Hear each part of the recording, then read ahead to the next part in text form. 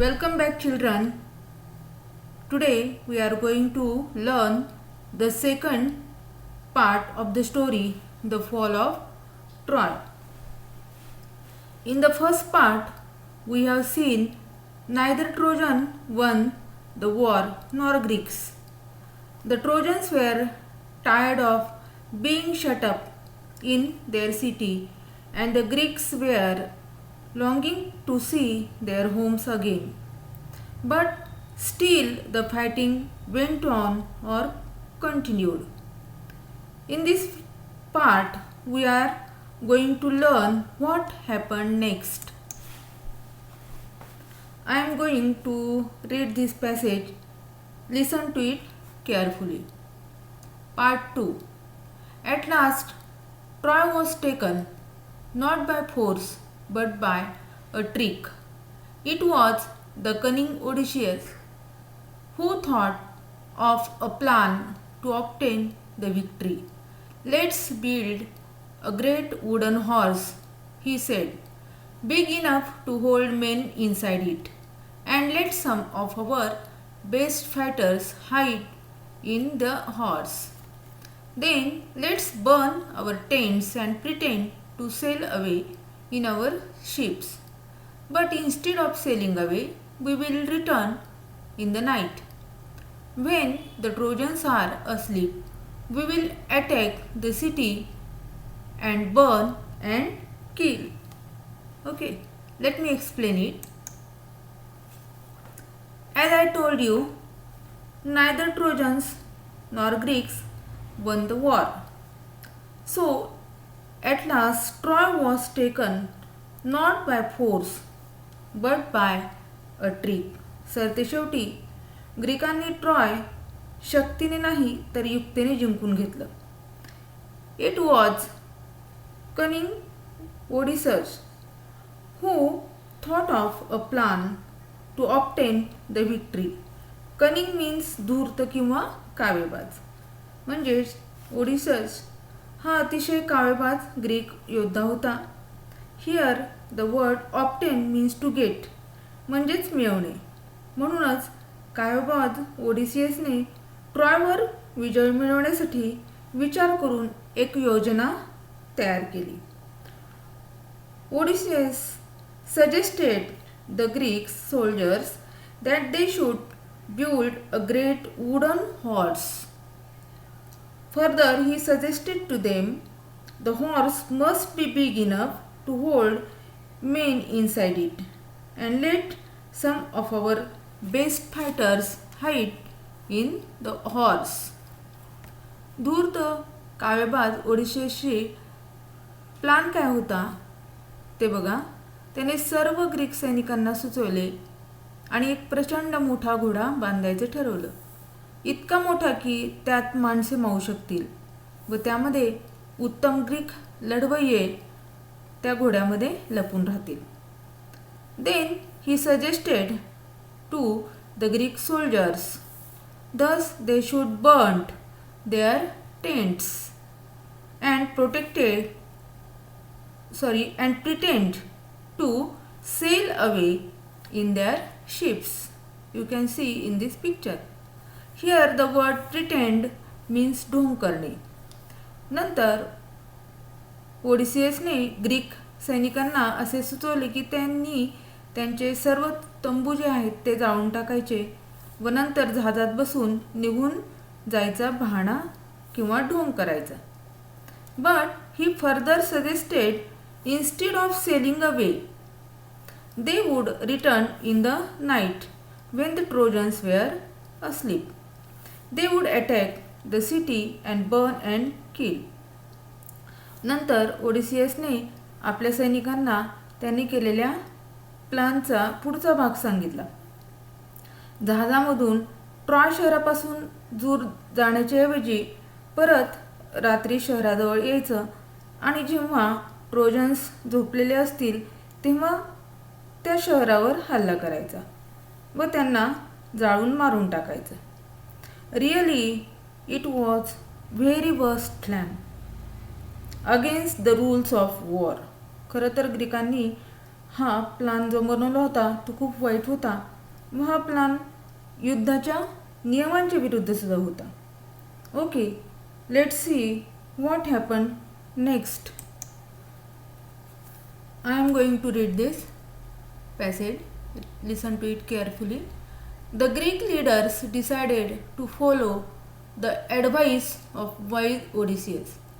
So, a great horse of wood was made by a skillful engineer, and the greatest heroes, Menelaus, Odysseus himself, and others entered it. The last man to go in being the architect himself, who knew the secret of opening and shutting the entrance.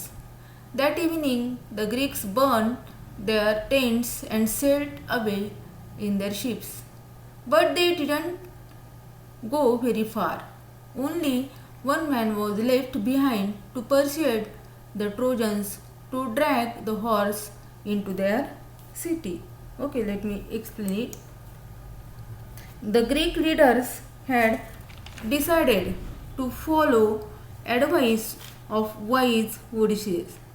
सर्व Greek लीडर्सनी हुशार कावेबाज अशा ओडिशियसचा plan follow केला, म्हणजेच अंमलात आणायचं ठरवलं. According to their plan, a skillful engineer made a very huge great horse of wood. आणि मग त्यांच्या प्लॅनप्रमाणे त्यांच्या इंजिनियरने एक अतिशय मोठा असा एक लाकडी घोडा बनवला. चित्रामध्ये पण तुम्हाला या ठिकाणी दिसतोय. After that the greatest heroes, Menelaus, Odysseus himself, others heroes entered in the wooden horse. The last man who entered in the wooden horse was an architect himself, who knew the secret of opening and shutting the entrance. आणि मग हा लाकडी घोडा बनवून झाल्यानंतर त्यामध्ये मेनेलस, त्याचबरोबर ओडिशियस स्वतः आणि काही त्यांच्यासारखेच महान लढवय्यांनी घोड्यामध्ये प्रवेश केला व त्यांच्याबरोबरच पण सर्वात शेवटी घोड्याचे प्रवेशद्वार उघडण्याचे व बंद करण्याचे गुपित माहिती असलेला जो आर्किटेक्ट होता तो घोड्यामध्ये आत उतरला. Okay, as per their plan, that evening Greeks burned their tents and sailed away their ships, but they didn't go very far. त्यांनी ठरवलेल्या प्लॅनप्रमाणे सर्व ग्रीक सैनिकांनी ते म्हणजे जे ट्रॉय शहर होतं किंवा ते शहर राहत असलेले सर्व तंबू जाळून टाकले. नंतर ते ठरल्याप्रमाणे आपल्या जहाजातून ट्रॉयपासून निघून गेले. पण ग्रीक सैन्य ट्रॉयपासून खूप दूर गेलेलं नव्हतं, तर तेथेच जवळपास बेटांवर लपून राहिलेलं होतं. Only one man was left behind to persuade the Trojans to drag the horse into their city. ग्रीकांचा फक्त एक माणूस ग्रीक लोकांनी मुद्दामच मागे ठेवलेला होता की जो ट्रोजन लोकांना हा लाकडी घोडा ट्रॉय शहरात घेऊन जाण्यासाठी त्यांचं मन वळवेल. म्हणजे हाही त्यांच्या प्लॅनचा एक भाग होता, हे लक्षात घ्या. Okay, let's see what happen next. Next day the trojans woke up, expecting to go out and fight as they had done for the past 10 years. What delight and surprise they felt at the sight they saw on the seashore outside the walls. It seemed that the long siege was over at last. The tents had been burnt. The shore was deserted. The Greek ships had all gone. Okay, let me explain it. As usual, next day the Trojans woke up. They were expecting to go out and fight as they had done for the past 10 years. But the Trojans were very delighted, means very happy and surprised by the sight, because they saw seashore was empty. The Greeks had gone. It seemed that the long siege was over at last, because the tents had been burnt by the Greeks. The seashore was deserted. Deserted means सामसूम असणे किंवा उजाड होणे. And all the Greek ships had gone. थोडक्यात नेहमीप्रमाणे दुसऱ्या दिवशी सकाळी जेव्हा ट्रोजन लोक उठले आणि युद्ध करण्यासाठी बाहेर आले, जे युद्ध गेली 10 वर्ष चालू होतं, या युद्धाची त्यांना सवय झालेली होती, पण शहराच्या किंवा नगराच्या भिंतीकडील समुद्रकिनारा पाहून त्यांना खूप आनंद आणि आश्चर्य वाटलं, कारण अखेर ग्रीकांचा तो दीर्घकालीन वेढा एकदाचा उठला होता. तंबू त्यांनी जाळून टाकलेले होते, किनारा सामसूम होता, सगळी ग्रीक जहाजे तिथून निघून गेलेली होती. Okay, I will read the next passage and explain it. It's peace at last, they cried, and opened wide their gates, and came out in large numbers on the plain, glad to be free again, to go where they pleased. Then they saw on the sands the huge wooden horse. They gathered round it in astonishment, for it was indeed a wonderful piece of work. Let me explain it. By seeing this, Trojans cried, "It was a peace at last," because Greeks had gone. Then Trojans opened wide their gates and came out in large numbers on the plain, and they were very glad or happy to be free again, to go where they pleased. सर्व Greek निघून गेलेले आहेत असं वाटून Trojan लोकांना खूप आनंद झाला होता, आणि त्या आनंदामध्ये त्यांनी त्या भिंतीवजा तटबंदीचे भव्य दरवाजे उघडले आणि मोठ्या संख्येने थव्याथव्याने मैदानामध्ये आले, कारण वाटेल तिथे जाण्यासाठी त्यांना ते पुन्हा एकदा मुक्त झालेले होते.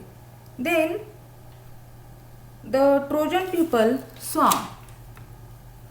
on the sands the huge wooden horse, so they gathered round it in astonishment, for it was indeed a wonderful piece of work. मैदानात आल्यानंतर ट्रोजन लोकांनी वाळूमध्ये एक अतिशय मोठा लाकडी घोडा पाहिला, आणि ते आश्चर्यचकित होऊन त्या घोड्याभोवती जमा झाले, because it was a very wonderful piece of work. Here the word astonishment means आश्चर्यचकित होणे. Okay, the next passage. As they were wondering how the horse had been built and why it had been left behind, they found a Greek with his hands tied together lying under it. When the Trojans dragged him out, the man pretended to be very frightened of them.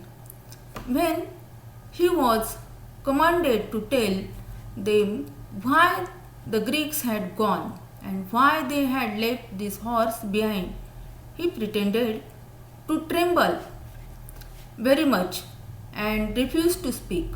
When at last they threatened to kill him, he spoke and told them this false tale. Okay, let me explain it.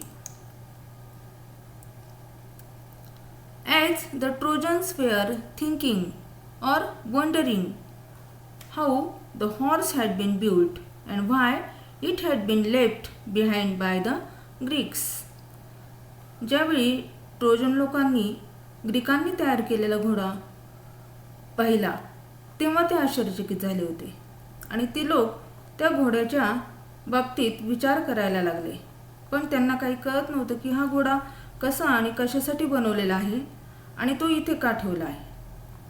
When they were wondering or thinking about it, they found a Greek with his hands tied together lying under the wooden horse. Trojan लोक विचार करीत असताना त्यांनी घोड्याखाली हात बांधलेल्या अवस्थेत एक Greek माणूस पाहिला.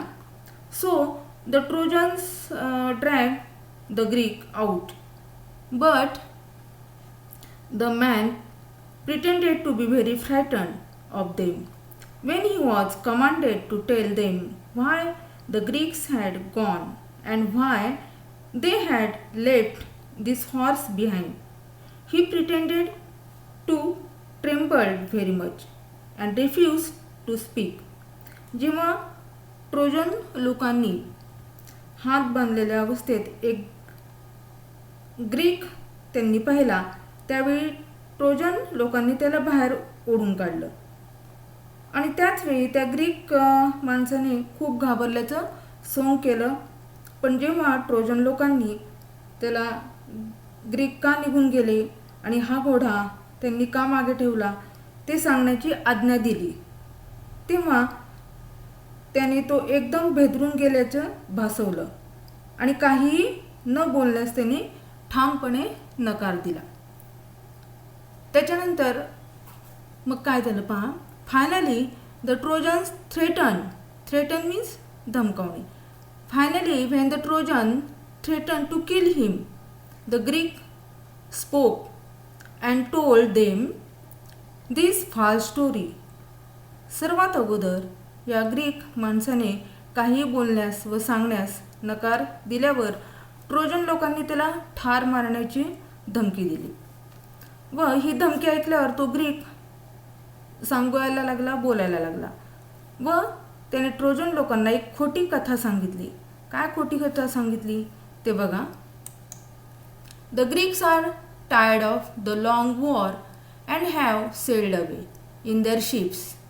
ही said, but they are afraid of the long voyage home too, and so they have made this horse and left it as an offering to the god of the sea. They wanted also to kill me and offer me as a sacrifice to the sea god, but I escaped and hid from them. Okay, let me explain it. The Greeks were tired of the long war and had sailed away in their ships. The Greek told to them. He further add, the Greeks were very tired and afraid of the long voyage home too, or also, and so they had made this horse and left it as an offering to the god of the sea. शेवटी त्या Greek माणसाने बोलायला सुरुवात केली आणि सांगितलं, Trojan लोकांना सांगितलं की एकतर ग्रीक लोक ह्या दीर्घकाळ चालू असलेल्या युद्धाला कंटाळलेले होते, थकून गेले होते, म्हणून ते जहाजात बसून निघून गेले. आणि दुसरी गोष्ट म्हणजे ग्रीक लोक मायभूमीपर्यंतच्या लांबलचक समुद्र प्रवासालाही घाबरलेले होते. लॉंग व्होयाज मीन्स समुद्र प्रवास, आणि म्हणूनच ग्रीकांनी हा घोडा समुद्र देवतेला अर्पण करण्यासाठी बनवलेला होता किंवा तयार केलेला होता व हा घोडा त्यांनी त्यांच्या सुरक्षिततेसाठी समुद्राला अर्पण देखील केलेला होता. And he further told the Trojans, they means the Greeks, and he wanted also to kill him. The Greek wanted to kill him and offer him as a sacrifice to the sea god, but he had escaped and hid from them. Here the word escape means तावडीमधून निसटणे, and hid is the past tense of the verb hide, म्हणजेच लपणे. Okay, त्या Greek माणसाने पुढे जाऊन Trojan लोकांना असेही सांगितले की Greek लोक त्याला सुद्धा समुद्राला बळी देणार होते, त्याला सुद्धा ठार मारणार होते, पण तो त्यांच्या तावडीतून कसाबसा निसटला व इथे येऊन लपून बसला. म्हणजेच त्याने खोटी गोष्ट सांगून ट्रोजन लोकांची दिशाभूल केली. नंतर या गोष्टीमध्ये काय घडलं हे आपण पुढील व्हिडिओमध्ये पाहणारच आहोत. Then the Trojan asked the question to him, but why did the Greeks make such a huge horse? या प्रश्नाचं उत्तरही आपण नंतरच्या व्हिडिओमध्ये पाहणार आहोत. ठीक आहे.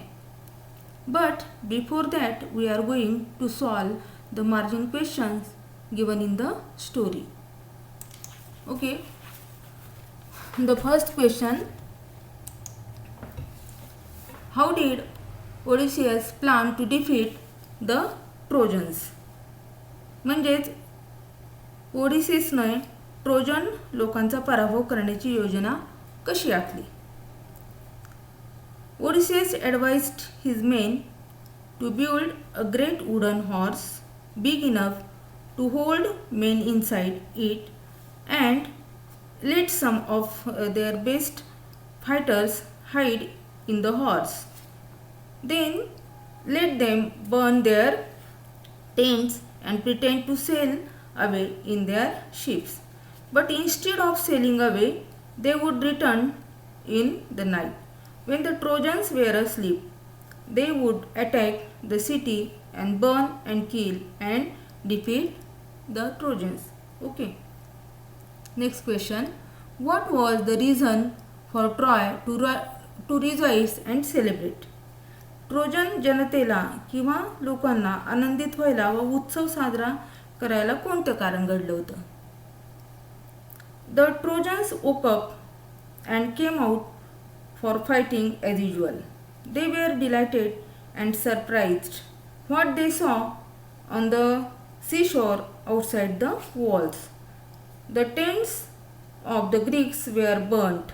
The shore was deserted, so they thought that the long siege was over at last. They were sure that the Greeks had gone. They were glad to be free to go where they pleased.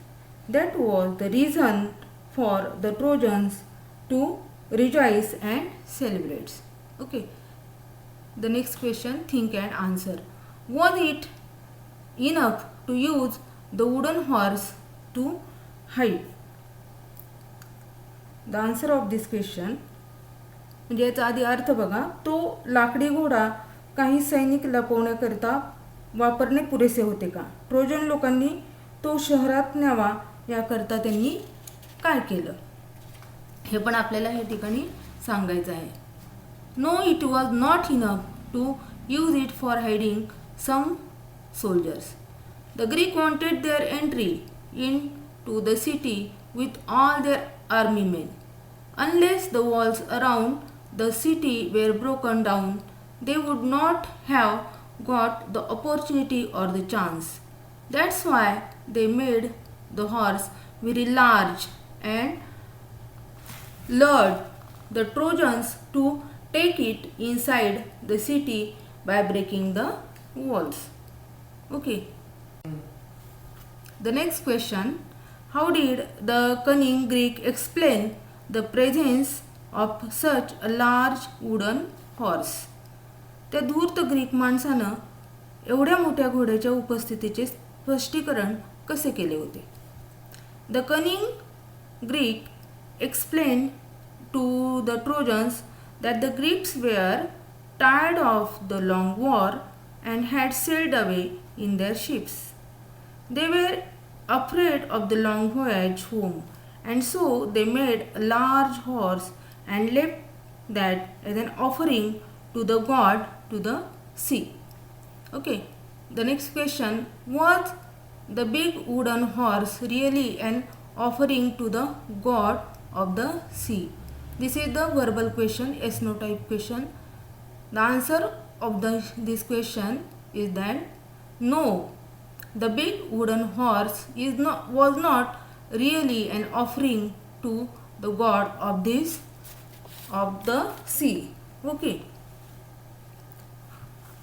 I am sure you do understand this part of the story, the fall of Troy.